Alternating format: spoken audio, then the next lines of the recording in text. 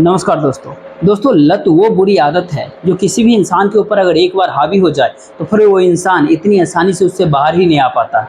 और जब तक वो होश में आता है तब तक काफ़ी समय निकल चुका होता है, जिसकी वजह से न जाने कितने लोगों की ज़िंदगियां भी हमेशा के लिए बर्बाद हो जाती है। आज की जो सच्ची घटना है इसमें भी कुछ ऐसा ही होता है, जिसकी वजह से न केवल एक व्यक्ति हमेशा के लिए इस दुनिया को छोड़कर चला जाता है, बल्कि उसके बाद कई सारे लोग सलाखों के पीछे भी पहुंच जाते हैं। सच में दोस्तों, आज की जो सच्ची घटना है ये आपको भी कहीं न कहीं हैरान और परेशान कर देने वाला। नमस्कार, मेरा नाम जितेंद्र कुमार, आप देख रहे हैं स्टडी सफर तक। वीडियो को लाइक और चैनल को सब्सक्राइब जरूर कीजिएगा।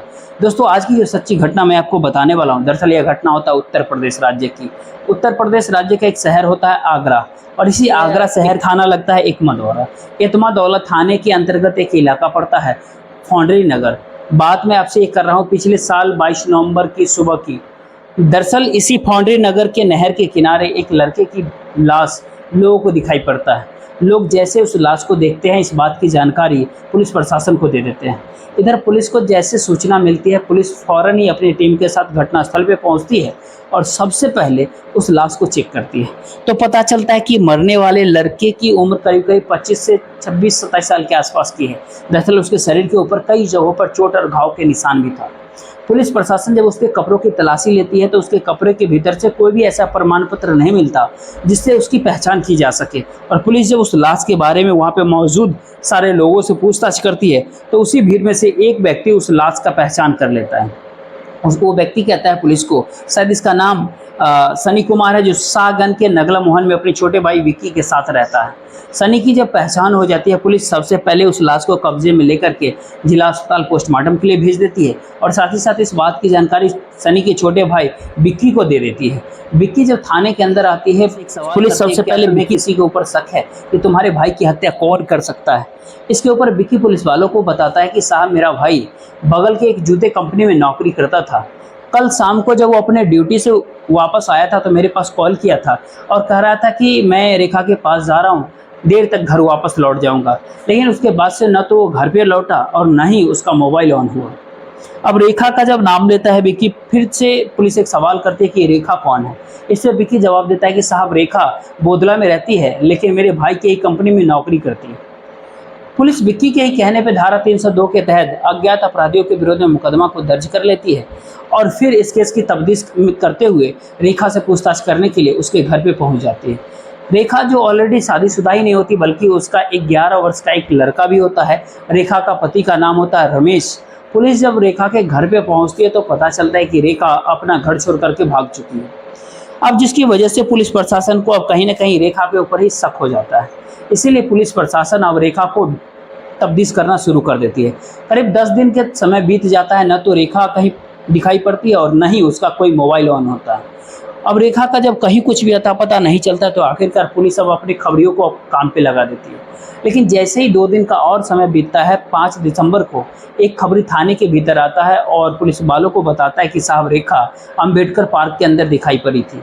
खबरी जैसे इस तरह की सूचना पुलिस वालों को देती है, पुलिस फौरन ही अपनी टीम के साथ अंबेडकर पार्क में पहुंचती है और वहां से रेखा को गिरफ्तार करके थाने में लेकर के आ जाती है। पुलिस जब रेखा से सनी की हत्या के बारे में पूछताछ करती है तो रेखा भी बिना किसी सख्ती दबाव के ही पुलिस वालों को तुरंत ही अपना जुर्म बता देती है। लेकिन रेखा जब हत्याकांड की पूरी कहानी पुलिस वालों के सामने बताती है तो सच में इसको सुनने के बाद पुलिस खुद ही कुछ देर तक रेखा की तरफ देखते ही रह जाते हैं। दरअसल रेखा एक नहीं बल्कि 2 शादियां कर चुकी है। रेखा के पहले पति की मौत हो चुकी है और दूसरी शादी उसने रमेश से किया है। रेखा का जो 11 साल का बेटा है, उसका बेटा वो पहले पति का है। हालांकि रेखा जब रमेश से शादी कर लेती है उसके बाद से अपने पति के साथ में रहती तो है, लेकिन बगल के एक जूता कंपनी के अंदर वो नौकरी भी करती है। जिस जूते कंपनी में वो नौकरी किया करती है, अक्सर वहाँ पर उसे लेकर के मुकेश जाट जाता है। मुकेश जाट जो कि एक ऑटो ड्राइवर होता है।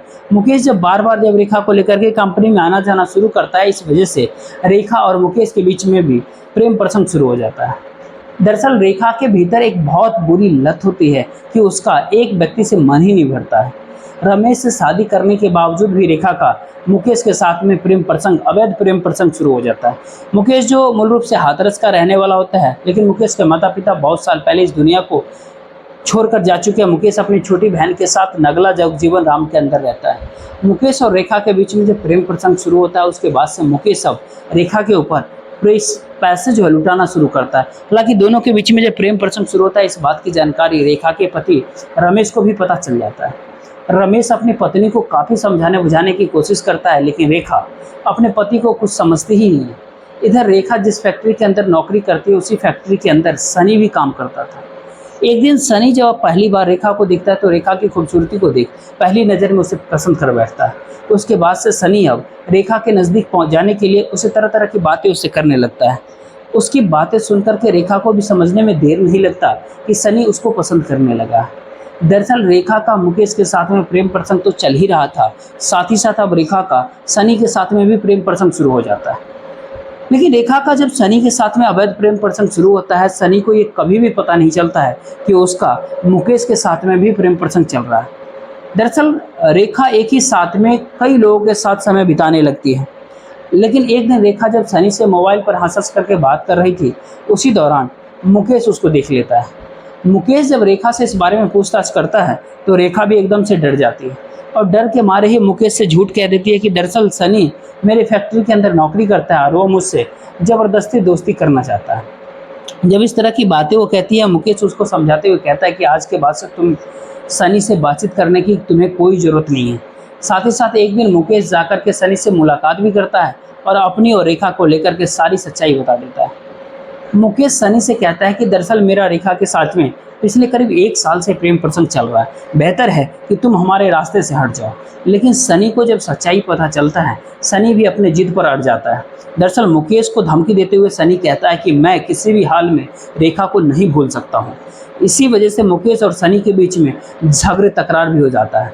लेकिन इस बात की जानकारी जब इधर रेखा को पता चलता है रेखा अब सनी से बातचीत करना बंद कर देती है, जिसकी वजह से मुकेश को भी पूरा विश्वास हो जाता है कि रेखा सनी को भूल चुकी है। लेकिन जैसे ही कुछ दिन का समय बीतता है रेखा फिर से सनी से बातचीत ही नहीं करती है बल्कि अब उसे मुलाकात भी करने लगती है।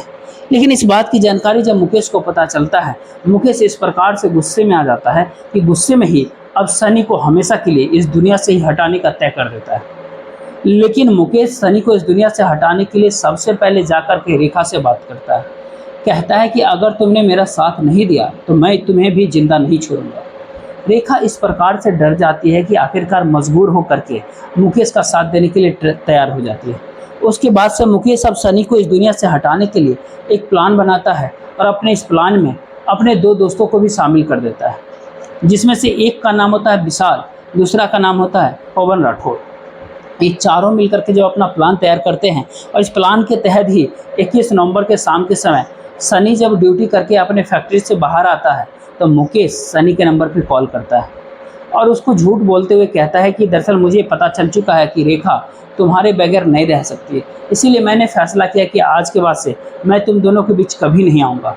लेकिन सोचता हूँ कि जब तुम दोनों के जीवन से मैं जा ही रहा हूँ तो क्यों ना आज एक आखिरी बार साथ मिलकर के एक पार्टी कर लेते हैं। पार्टी करने की बात जब वो कहता है तो सनी भी मुकेश की बातों में आ जाता है। उसके बाद से मुकेश सनी को अपने बताए हुए जगह पे बुला लेता है।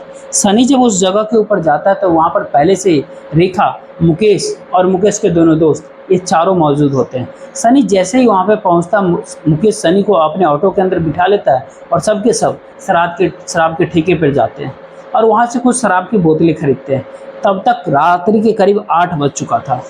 शराब की बोतल खरीदने के बाद ये पाँचों के 5 इसी फाउंड्री नगर के नहर किनारे पहुंचते हैं और वहीं पर बैठ करके शराब पीने लगते हैं। लेकिन मुकेश अपने प्लान के तहत सबसे अधिक मात्रा में शराब सनी को पिला देता है। सनी जैसे ही शराब के नशे में चूर होता है उसके बाद सबके सब मिलकर के सनी के बुरी तरीके से पिटाई करने लगते हैं। सनी जब बेहोश हो जाता है उसके बाद से सबके सब मिल करके सनी की गला दबा करके हत्या कर देते हैं और फिर उसकी डेड बॉडी को बगल के झाड़ी में फेंक देते हैं और सबके सब मौके से फरार हो जाते हैं। इधर रेखा भी जब वहाँ से आती है तो अपने घर पे आती है और कुछ सामान लेकर के घर से भाग जाती है। सच में दोस्तों जब ये रेखा पूरी कहानी अपनी ही जुबानी पुलिस वालों को बताती है तो पुलिस रेखा के कहने पे उसके प्रेमी मुकेश के साथ साथ उसके दोनों दोस्तों के घर पे जाती है, जहाँ से पुलिस विशाल और पवन को तो गिरफ्तार कर ही लेती है, लेकिन मुकेश अपना घर छोड़ करके भाग जाता है। इसीलिए पुलिस अब मुकेश को ढूंढना शुरू करती है। लेकिन करीब 20 दिन का और समय बीत जाता है, लेकिन मुकेश का कहीं कुछ अता पता नहीं चलता है। इसीलिए पुलिस अब फिर से अपनी खबरियों को अपने काम पे लगा देती है। तभी 25 दिसंबर को एक खबरी थाने के अंदर आता है और पुलिस वालों को बताता है कि मुकेश फलाने जगह पे देखा गया है। दरअसल मुकेश अपने बाइक लेकर के चौराहे से अपने घर की तरफ जा रहा था। रात के करीब 2-2:30 बजे के आसपास पुलिस मुकेश का रास्ता रोक लेती है, लेकिन पुलिस जैसे मुकेश का रास्ता रोकती है, मुकेश पुलिस के ऊपर गोली चलाना शुरू कर देता है।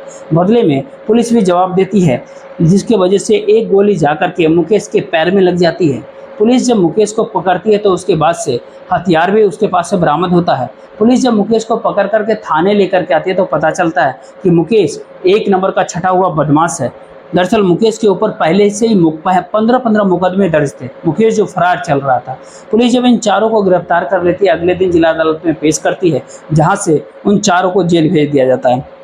दोस्तों, पूरा घटनाक्रम को सुनाने का उद्देश्य आपको परेशान करना नहीं था, न ही आपका दिल दुखाना था, बल्कि आपको जागरूक करना था, आपको सचेत करना था। आप जहाँ भी रहे सुरक्षित रहे और अपनों का ख्याल रखें। बाकी इस वीडियो को ज़्यादा से ज़्यादा लोगों तक शेयर कीजिए, वीडियो को लाइक कीजिए, चैनल को सब्सक्राइब जरूर कीजिएगा। बाकी इस वीडियो के बारे में आपकी क्या राय है जरूर दीजिएगा। जय हिंद।